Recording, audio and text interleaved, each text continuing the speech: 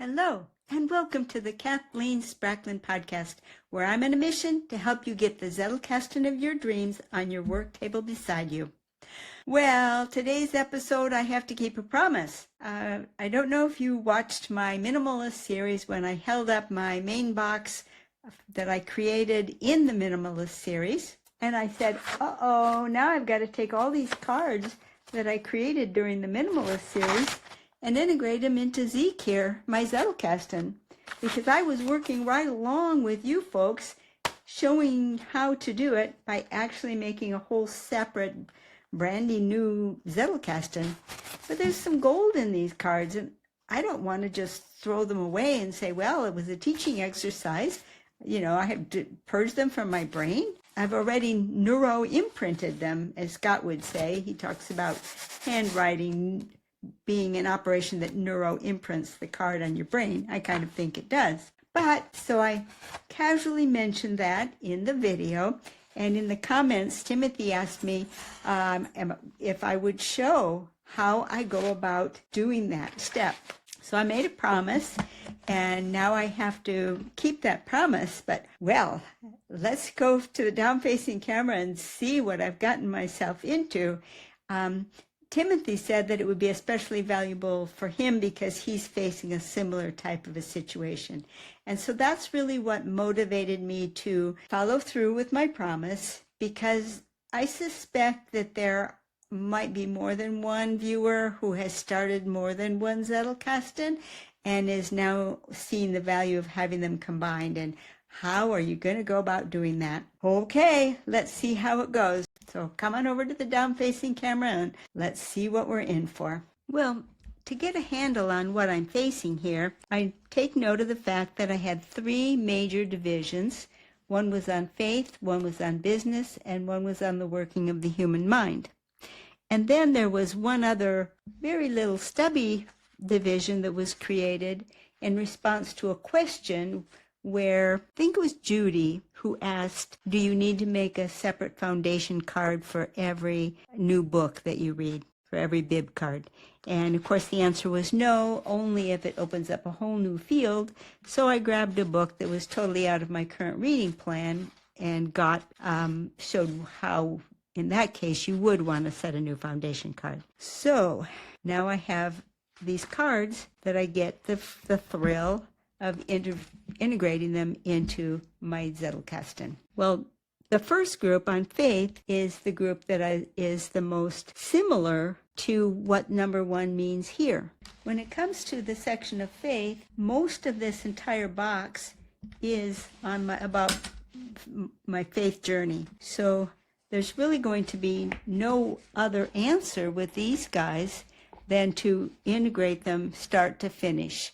And the only real way to do that will be to treat them as though they're individual cards and say, okay, where does this card want to go?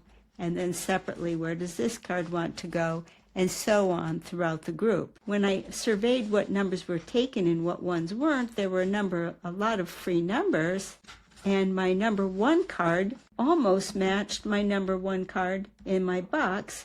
It certainly matched it in feel and scope. So this one is going to have to be settled on a card-by-card basis. I could pretty much on this card just say 1 of 2, 2 of 2, and keep this. But then I have to take a look at, well, what about the directory card that I established for this one compared to this directory card? This card was established in another tutorial a while back where I was showing how I could set up a design where I actually had only fleshed out one of the topics. Well, here I have all the topics fleshed out with foundation cards. So these were created in a short time apart with pretty much the same philosophy. And in fact, we have the interesting situation that this topic 1C, the only one fleshed out here, exactly matches 1C here. Because of this, I believe that I could simply set this card aside. These are all written in pencil, expecting future cards to come along. And these are written in ink, and the future cards already did come along. So this one I'm simply going to say, okay, They're basically twins, but this one is more up to date. So I'm going to discard this card. Here I'm going to do 1 of 2 and 2 of 2. They're basically on the same topic. So I've got the new numbers, 1 of 2, 2 of 2. And it officially becomes a second card when I lop off the corner, because that's what I do with my second and subsequent cards. You've probably seen me do that before. So this survives, and this goes in. And now I have a question of, what about indexing? I'd have to look at the keywords on this card will also have to be indexed. So this card is going to need some indexing. So I'm going to flag it, and I'm going to continue with the next card, see how that goes. I know its number matches. Do I have a 1A in my box? I do not. A 1A1 is there, but no 1A. And because this is all in my section on faith, this can actually stand. However, it's going to need to be indexed. Oh, that's going to be a general thing, isn't it? All of these cards are going to have to be added to my index. But 1A will be able to keep its number. Let's continue. I'm just going to set this one aside. This one won't need any work because it's a directory card. This one will need to be indexed. Now let's check the next new one in that group. Do I have a card that's 1B? I have a 1B, 1A card. It's a title card. I have no 1B. Okay, this one just has to be indexed. How about 1C? Yes, I have a 1C, but guess what? They're twins. They have the same tagline. Guess what? This one won't even need to be indexed. I'll probably make a 1 of 2, 2 of 2 because they've got slightly different content, but they have a matching tagline. They're clearly about the same topic. So this is going to be 1 of 2, this will be 2 of 2, and we'll consider this one inaugurated. Okay, so this one doesn't even need any indexing, so I'll just file it right directly. But what about these guys? The twin had a directory card, and guess what? They don't line up. One part was written in pencil, so it won't matter that that part didn't line up. That means there was anticipated a card coming from it. That's from a fairly recent tutorial when I think I was probably on the way to figuring out the foundation card thing.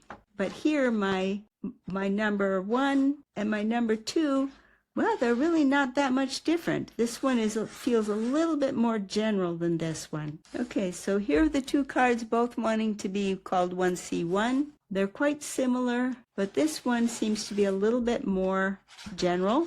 So I will let this stay, and I'm going to let this one choose the new parent. I suspect it's going to choose this card for its parent. And look, our existing card that was already there has a whole bunch of cards that link to it, whereas the new one from the Minimalist doesn't have anything that comes after it. So these two, it looks like a good choice to keep this one and let this one find a new home. So this is the first card that actually has to go through the whole search process and let it choose its parent. So right now, to signify that, I'm just going to blotto out its number. So this 1C1 is now unnumbered, so that settles it. I don't need this. And my 1C, this will be my 1C card, and this one will find a new home.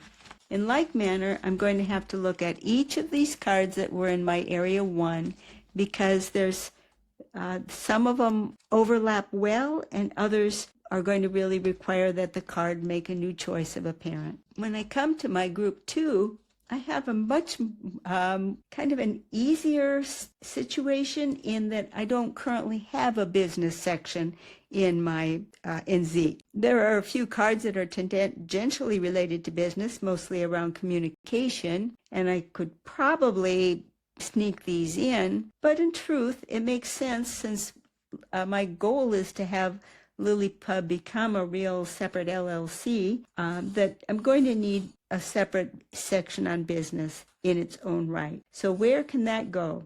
If it's a brand new topic, well, it would want to be the number 2, but number 2 is quite busy in my system, as is number 3.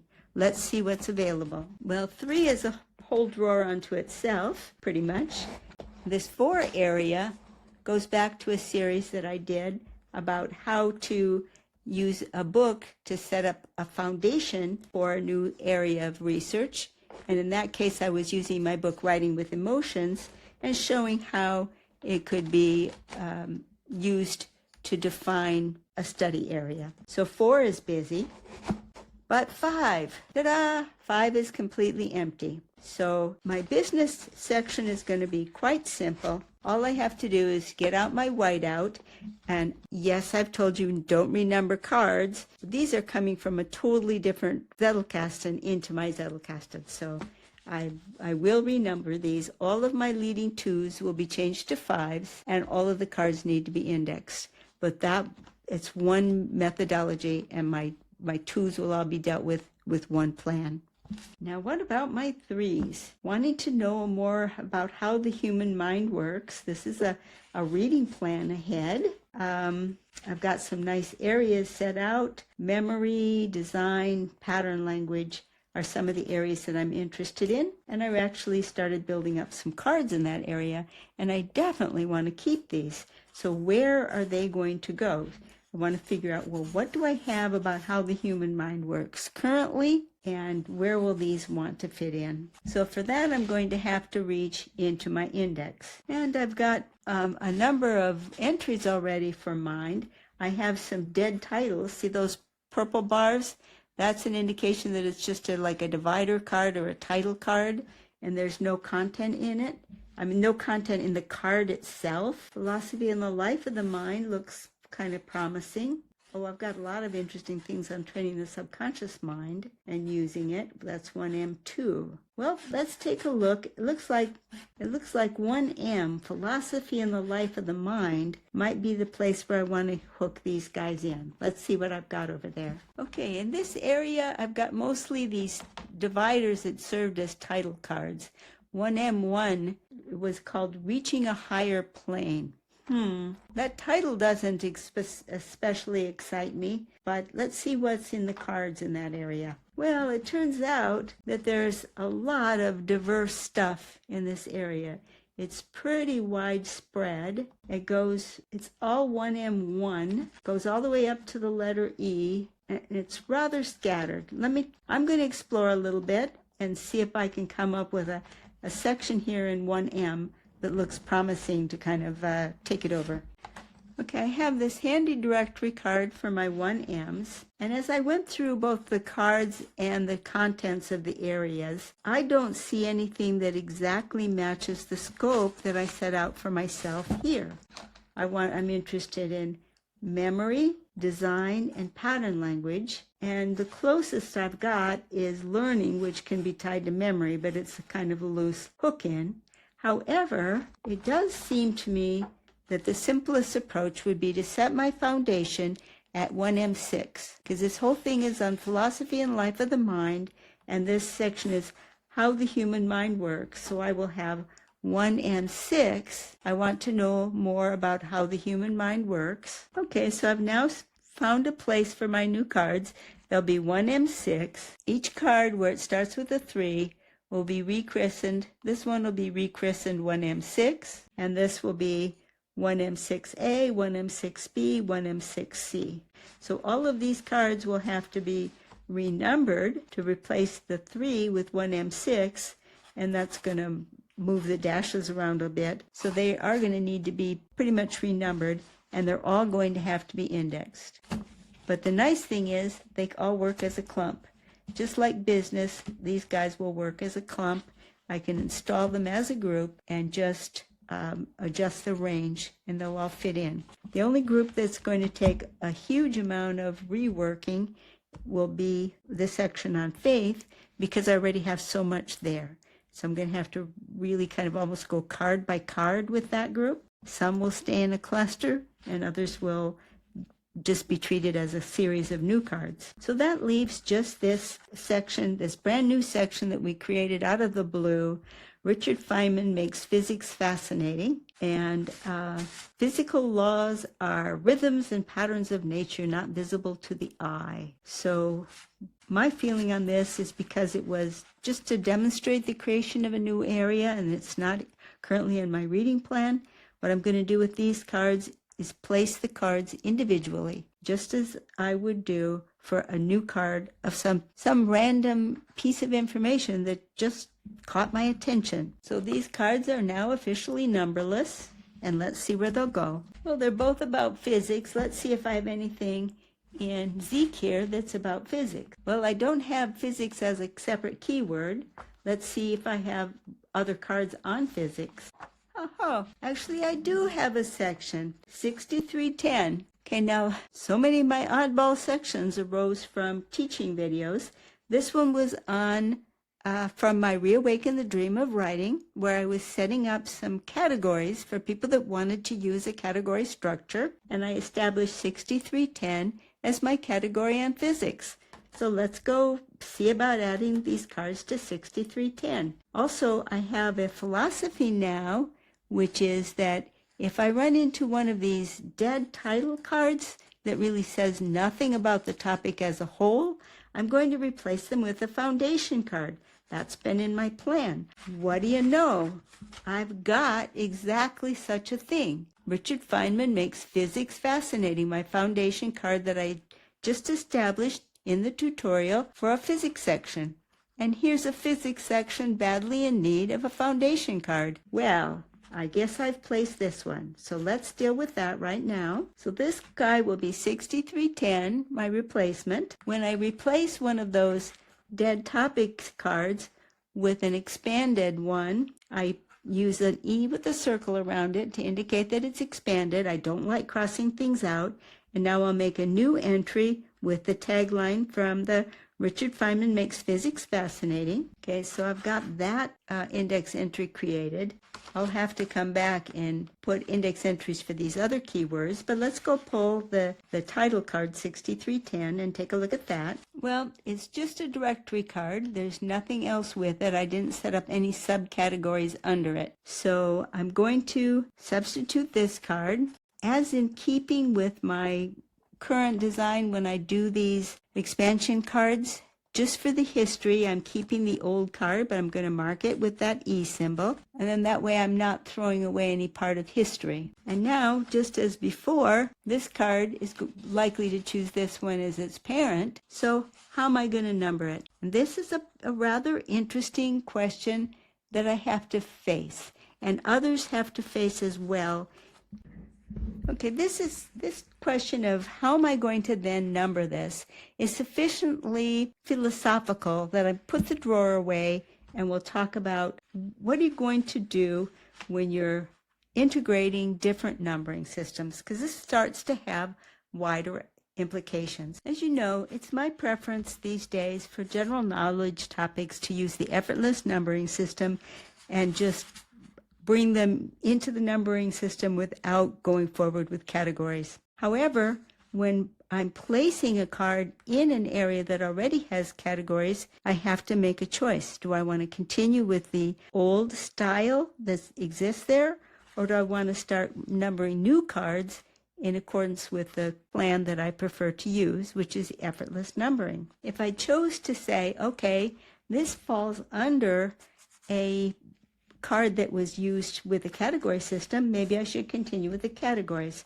So let's see how that would work. I have these categories set up with biology, where I defined microbes, plants, and animals. And then from there, I expanded the animal kingdom and laid out what I called a topic card for jellyfish, defined the topic, and then finally got to my main card on jellyfish. Well, that seems to me a lot of work to integrate one main card. I think that's probably the primary reason why I kind of dropped this method for general knowledge, although I very much like my categories when I'm talking about gathering my own fiction writing. So I'm not throwing out categories in general, but for general knowledge, I do prefer the effortless numbering system. Because if you think about it, to place this new card that goes into physics, I would have to say physical laws describe patterns in nature. I would have to now say, what categories are there in physics? Maybe I would look up the Wikipedia topics. Maybe I'd do a Google search and say, what are the categories of physics? And I'd probably come up with motion, light, heat, and sound, atomic physics, who knows. I would have a whole list of them. I'd be creating a whole bunch of new directory cards. Then I'm going to pick out the one that this one goes to, define a topic that is about physical laws, and then finally place that card. If I go with the effortless numbering system, well, we all know what that means.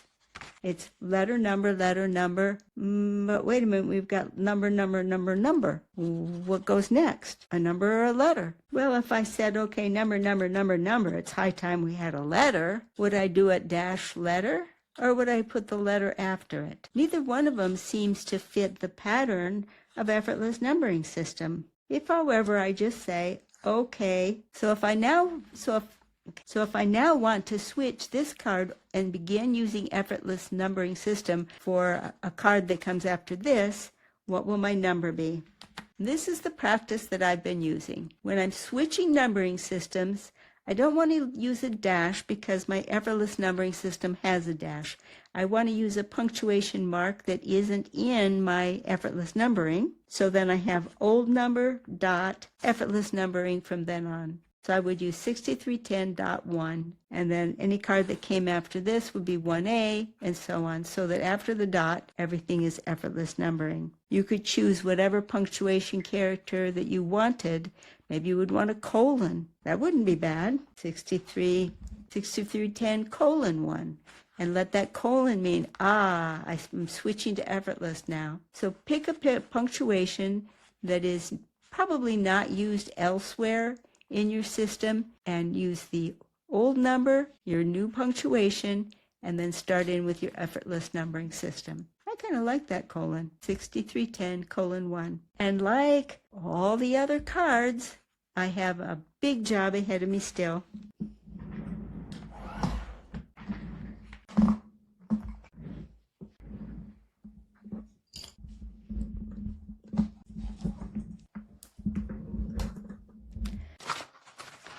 So I've got my plan for integration. My ones I'm going to have to work with kind of on a card-by-card basis. My 2s are all going to become 5s. My 3s are going to become 1M6s.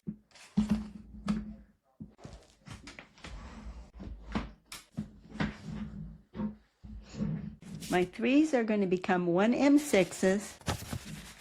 And my 4s, my 2 cards that used to be 4, are going to get integrated into my general knowledge section from Reawaken the Dream of Writing, because that's the only place that I have physics started, and I'm not going to renumber my cards. Within Zeek, I'm not going to renumber them. Pulling them from another one into Zeek, I have no choice. I have to renumber them. Well, I hope that didn't confuse anyone because it was kind of particular to my circumstance. And I wouldn't have done it at all except for the fact that Timothy specifically said he's faced with a similar situation. And if he's faced with it, there's probably at least another 2, maybe 3 viewers out there who are faced with that situation. So just in case it's of value, I presented it, and maybe it's of interest to the rest of you. In any case, the real fun is going to be redoing all of the index entries because these cards cannot come over directly into Zeek. There's no way. And some of them have already become quite populated.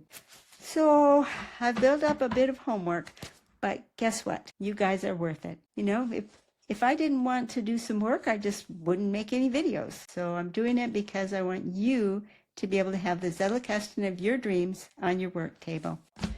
So wish me luck. Talk to you later. Bye-bye. So if I now want to switch this card and begin using effortless numbering system for a card that comes after this, what will my number be? This is the practice that I've been using. When I'm switching numbering systems, I don't want to use a dash because my effortless numbering system has a dash. I want to use a punctuation mark that isn't in my effortless numbering. So then I have old number, dot, effortless numbering from then on. So I would use 6310.1, and then any card that came after this would be 1A, and so on, so that after the dot, everything is effortless numbering. You could choose whatever punctuation character that you wanted. Maybe you would want a colon. That wouldn't be bad. 63 6310:1. And let that colon mean, I'm switching to effortless now. So pick a punctuation that is probably not used elsewhere in your system and use the old number, your new punctuation, and then start in with your effortless numbering system. I kind of like that colon.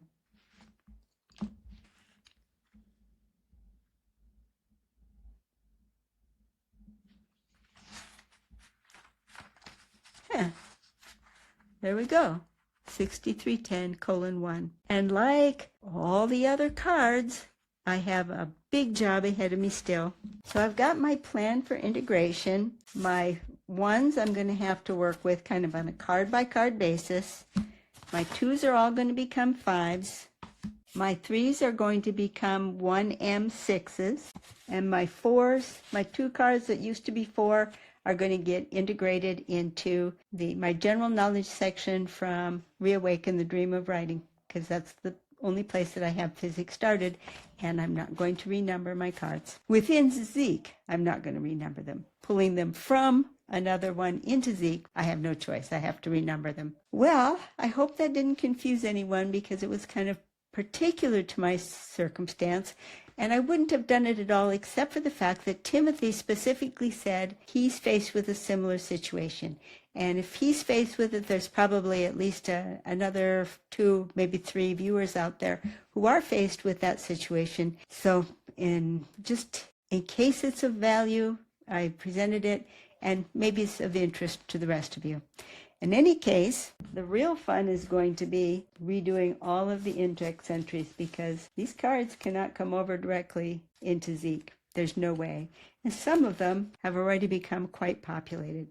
So I've built up a bit of homework, but guess what? You guys are worth it. You know, if I didn't want to do some work, I just wouldn't make any videos. So I'm doing it because I want you to be able to have the Zettelkasten of your dreams on your work table. So wish me luck. Talk to you later. Bye-bye.